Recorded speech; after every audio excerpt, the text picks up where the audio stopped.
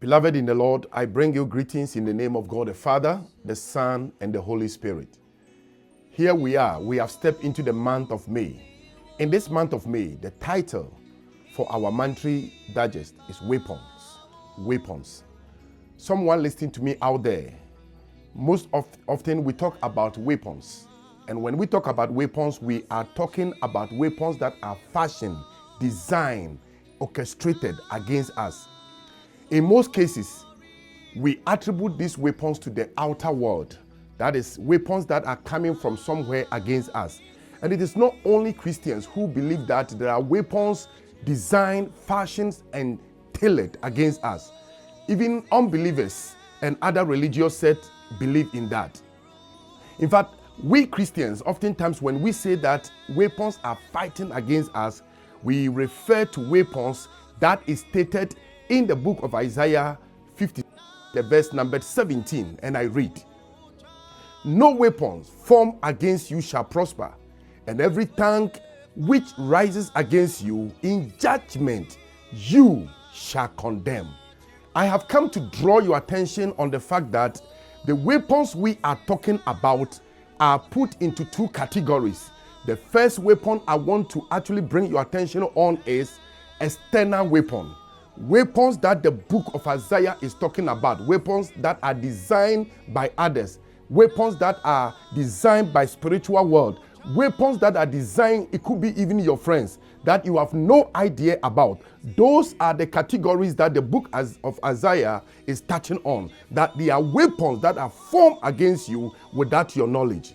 And those are the weapons we often focus on. But there is another weapon that we often set a blind eye on. And this, I call them internal weapons. Internal weapons are weapons that are actually nurtured and groomed in order to fight us. And those weapons are so powerful than what even the book of Isaiah talks about. In fact, the book of Isaiah is talking about no weapon. It says that no weapon that shall form against you will prosper. And the word prosper here is about advancement of weapons. It is about progress of weapon. It is about weapons that will not succeed against you. And so the book of Isaiah is talking about external weapons. But let's look at the weapons that are formed internally. Those are one, character.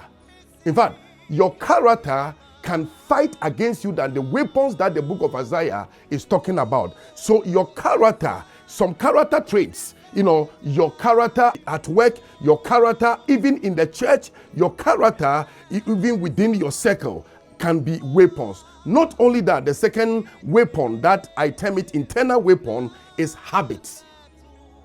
Your lateness to work. And if you get fired, you are praying against weapons out there. It is nothing than the weapons you yourself have nurtured. This month of May, I have come to draw your attention not only on the weapons that the book of Isaiah is talking about in Isaiah 54, the verse number 17, but the weapons you have agreed and have come into contract to nurture them in you in order to fight against you. So habits, you sleep to the extent that you can't even wake up to go to work. Sometimes poor performance at work, they are all weapons. The third internal weapon I would like to bring to your attention is behavior. Disrespect, inability to submit to authorities at work. That is why you got fired at work.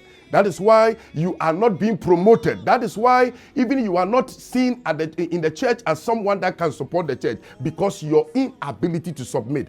These are also considered as weapons, but oftentimes Christians are not considering that. Another weapon I want to touch on that is termed as internal weapon is desires. Your bad desire, your eating habit is bringing so many sicknesses. In fact, the way you eat, if you could have changed it, you will stop praying against demons that are bringing sickness. It is not sometimes about demons outside. It is the demons you have nurtured them in, your habit. Beloved in the Lord, most often, the external weapons are easy to overcome. They are easy to deactivate. They are easy to actually reposition in such a way that they cannot affect you. Because God has given us a word that no weapon that shall form against us. And it is talking about external weapons. In fact, once you walk in close proximity with God and have relationship with Him, and you have the coverage of God, I've come to announce to you that they will come together. They will come together in one way, but they will scatter in so many ways. So I want to assure you that don't focus too much on the external weapon, because you have been given authority and power once you are under the coverage of Jesus Christ to overcome them. But the internal weapons are what I'm drawing your attention upon this month, that may you exit those weapons. May you do introspection. May you ask God for favor, for grace. May you ask God for strength so you can overcome these weapons. You know what? I want to end by telling you that there is no weapon outside that will fashion against you unless they have a medium. And the medium through which they come to fight against you is your own internal weapons you have created. If you deactivate the internal weapons, the external weapons will be deactivated. Somebody listening to me, may God bless you this month. May He give you strength. May He cause you to identify the internal weapons so you can deactivate them. May God bless you. Until we meet next month, remain blessed. Remain under the coverage of God.